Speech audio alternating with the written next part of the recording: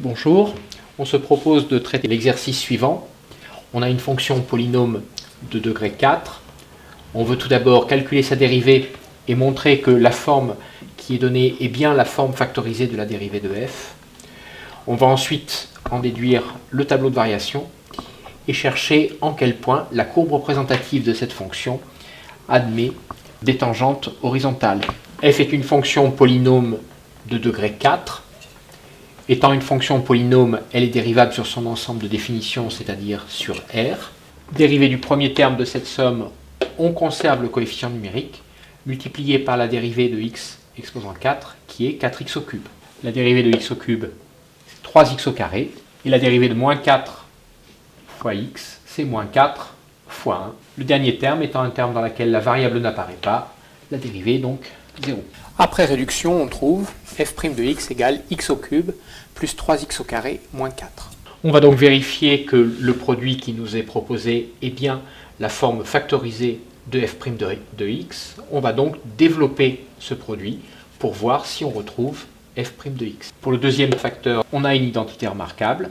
On développe ensuite ce produit.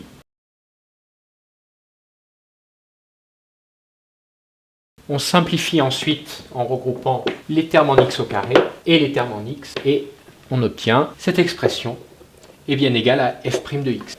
Deuxièmement, construction du tableau de variation. On va étudier le signe de la dérivée pour pouvoir construire le tableau de variation. x-1 s'annule pour x égale 1. Pour des valeurs strictement inférieures à 1, x-1 est strictement négatif, puis strictement positif pour des valeurs strictement supérieures à 1. x plus 2 au carré s'annule en x égale moins 2, mais pour toutes les valeurs différentes de moins 2, eh bien x plus 2 au carré est strictement positif. On en déduit le signe du produit de ces deux facteurs qui constitue la dérivée f' de x. On a le produit d'un facteur négatif par un facteur positif, le résultat est négatif. Même chose pour x strictement compris entre moins 2 et 1. En moins 2, l'un des facteurs est nul, donc le produit est nul. Même chose pour la valeur 1, le produit est nul. Et pour x strictement plus grand que 1, la dérivée f' est le produit de deux facteurs strictement positifs, donc le produit est strictement positif. Pour connaître les variations de f, il est important de connaître le théorème suivant.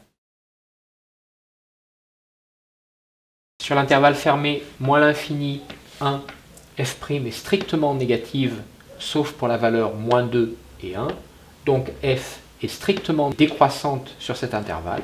Sur l'intervalle fermé, 1 plus l'infini, f' est strictement positive, sauf en 1. Donc la fonction f est strictement croissante sur cet intervalle. Il nous reste à calculer f de 1. On remplace x par 1 dans l'expression de f de x. On a donc 1 quart plus 1 moins 4 plus 2, ce qui fait 1 quart moins 1. 1 quart moins 1 est égal à moins 3 quarts. Pour le troisièmement, on nous demande en quel point la courbe représentative de f admet une tangente horizontale. Eh bien, elle admet une tangente horizontale en abscisse desquelles la dérivée s'annule, c'est-à-dire au point d'abscisse moins 2 et au point d'abscisse 1. Donc la courbe représentative de cette fonction f admet des tangentes horizontales au point d'abscisse x en lesquelles la dérivée f' de x s'annule.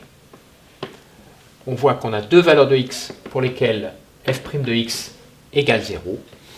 Donc la courbe représentative de f admet une tangente horizontale à la courbe représentative au point d'abscisse moins 2 et une tangente horizontale à la courbe représentative de f au point d'abscisse 1.